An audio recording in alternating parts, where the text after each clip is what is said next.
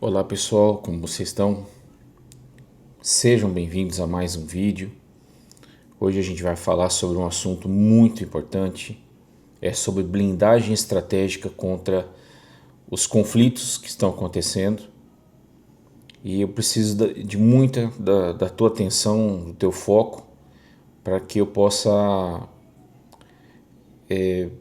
ser uma bênção na tua vida, te ajudar, tá? Nossa conversa hoje tem tudo a ver com o que está acontecendo aí.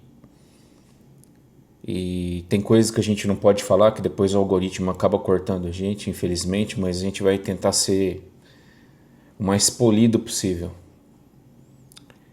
Porque, bom, você sabe aquela sensação de que o mundo virou de perna pro ar, parece um hospício, e a gente é quem tem que pagar a conta da internação, né? Pois é. Você liga a TV e é guerra num canto, dólar instável no outro, navio de fertilizante travado no meio do oceano.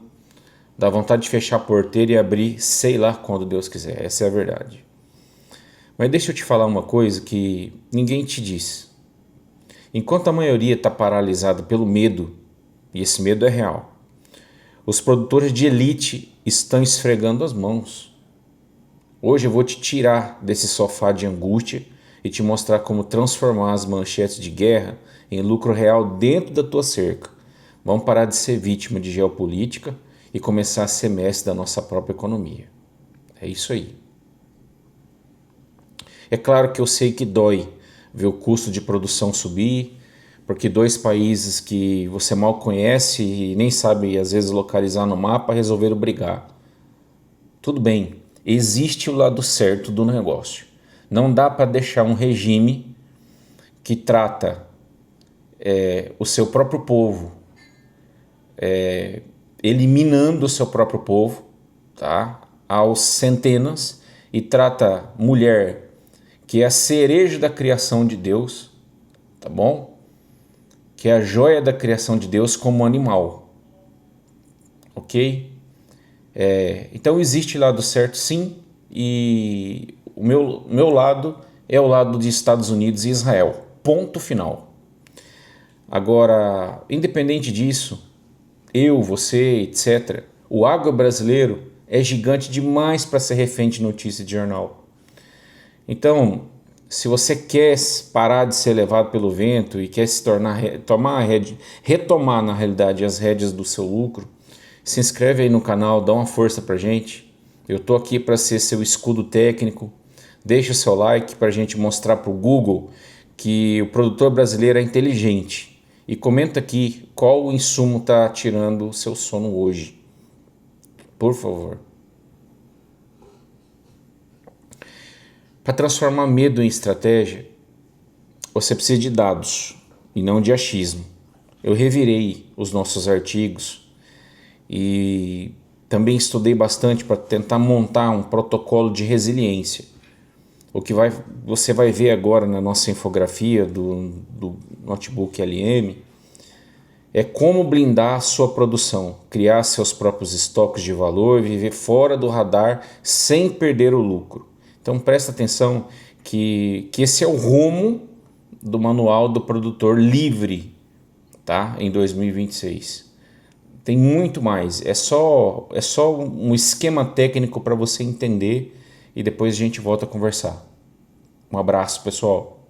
E se todo esse medo da instabilidade global não fosse um problema, mas a solução? A análise de hoje propõe um caminho bem ousado: transformar a incerteza do mundo em um plano prático para se ter independência total no campo. Bora entender como isso funciona. A pergunta que guia tudo isso aqui é bem direta, vai no ponto. Num mundo cheio de incerteza, como é que se garante a sobrevivência e o lucro da produção? A proposta é clara: é hora de deixar o medo de lado e assumir o controle total da operação. Para começar, vamos conectar os pontos, porque a gente vai ver como decisões que são tomadas, sabe, a milhares de quilômetros daqui, acabam definindo a rentabilidade por hectare aqui no Brasil. É um impacto direto. E aqui está a ideia central: o medo geopolítico não é para paralisar. Pelo contrário, a proposta aqui é usar ele como um motor, como combustível mesmo, para construir autossuficiência e partir para a ação. E quando a gente fala de ameaças, não é nada abstrato, não. Pelo contrário, estão falando de coisas bem concretas, como, por exemplo, mercados que fecham de uma hora para outra, cadeias de suprimentos que a gente sabe que são frágeis, o custo dos insumos que sobe junto com o dólar e, claro, a dependência de países que vivem uma instabilidade política. Tudo isso é um desafio imediato para qualquer operação. Tá, mas então, como é que se sai desse cenário? A fonte aqui defende que a solução começa por uma mudança fundamental, de mentalidade. Vamos ver o que isso quer dizer na prática. A diferença é bem nítida, né? De um lado tem a mentalidade de dependência, que fica meio que esperando o sistema resolver as coisas. Do outro, a mentalidade de soberania, que assume as rédeas, assume o controle total e enxerga a fazenda como uma unidade que consegue operar sozinha, mesmo que o mundo lá fora entre em colapso. E essa mentalidade de soberania, segundo o material, se apoia em 2 pilares. O primeiro é a fé, que é citada como uma base para ter propósito e perseverança.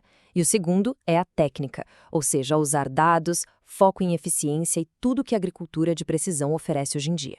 Ok, então saindo um pouco da mentalidade e indo para a prática, agora a gente entra no como fazer, nas ações concretas que são propostas para alcançar essa independência dentro da porteira. Na prática, o que se propõe é uma troca estratégica. Sai a energia da rede pública, que a gente sabe que é volátil, e entram sistemas próprios, como energia solar e biomassa. Saem os fertilizantes importados, com preço em dólar, e entra a produção de bioinsumos ali mesmo na fazenda. E qual a consequência direta disso? O risco geopolítico que era externo diminui drasticamente. E para isso, a análise desenha um roteiro bem prático. Começa com uma auditoria. Quem são seus fornecedores? De onde eles vêm? Depois passa pela diversificação de culturas para não depender de uma coisa só e chega num ponto super importante: trocar tecnologias proprietárias, aquelas caixas pretas, por soluções de código aberto. Isso devolve o controle total da gestão para o produtor. E o impacto no bolso? Olha, a análise aponta um número que chama a atenção: uma redução de até 80% nos custos de energia.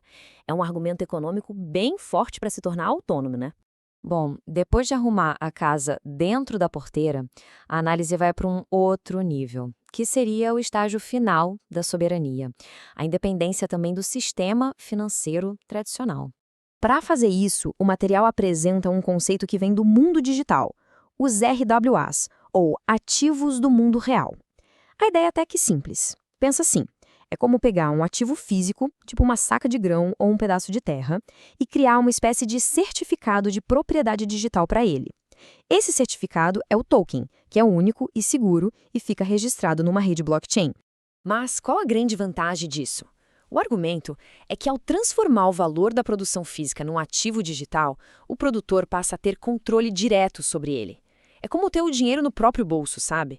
Esse valor fica fora do alcance de bancos e outros intermediários e protegido de possíveis bloqueios ou confiscos do sistema tradicional. Essa tabela aqui deixa o contraste bem claro. De um lado, o sistema que a gente conhece, dependente de banco, com transações que levam dias. Do outro, um sistema descentralizado. Nele, a custódia do dinheiro é total de quem o tem. As transações acontecem em minutos. E como não existe uma entidade central, o risco de confisco cai para quase zero. E num cenário de crise, como é que isso funcionaria na prática? Os passos sugeridos são diretos. Primeiro, ter uma carteira digital própria, com autocustódia. Segundo, negociar direto com os compradores, sem intermediários. E terceiro, receber em stablecoins, que são basicamente criptomoedas com valor estável, geralmente atrelado ao dólar, o que garante liquidez imediata, sem aquela volatilidade que a gente vê em outras moedas digitais. E no fim das contas, essa citação aqui resume tudo, né? A verdadeira medida de riqueza, por essa ótica, não é só o quanto se produz, mas a capacidade de se manter resiliente, de continuar operando, não importa o que aconteça no mundo lá fora. Então, para fechar, a conclusão que o material apresenta é que a verdadeira soberania vem de uma combinação. Ela nasce quando o conhecimento técnico apurado para gerar eficiência se junta com uma base sólida de fé e propósito. Isso criaria um ciclo de resiliência e mérito. E tudo isso nos deixa com uma pergunta fundamental para o futuro do agronegócio. Diante de um mundo que parece cada vez mais instável, será que esse caminho, um caminho mais radical de autossuficiência e desconexão dos sistemas globais, é o modelo que vai prevalecer no campo? Fica aí a reflexão. Viu, galera, como que a clareza acaba com o monstro do medo? O mundo pode estar em chamas, totalmente, mas se a sua gestão for sólida, a sua confiança for em Deus, a sua fazenda será o oásis. E eu deixei um manual completo de gestão de guerra aí no site, bem mastigadinho para você poder aplicar bem amanhã cedo mesmo, já começa, pronto. É técnico, é gratuito e é o seu porto seguro. O Agro Brasil Digital é um centro, é um oráculo, é uma biblioteca. E eu estou aqui para poder garantir que você sempre vença, ok? Um grande abraço para você, que Deus te abençoe, te proteja, te guarde de todas essas coisas que estão acontecendo e também de todas que estão por vir. E foco no seu negócio. Um abraço a todos. O agro brasileiro precisa prevalecer. Deus abençoe você, sua família, sua propriedade e que tenha total certeza que pode ser que a carroça pareça que tem empinado, mas as rédeas não saíram da mão de Deus que governa tudo. Um grande abraço para você e até o próximo vídeo.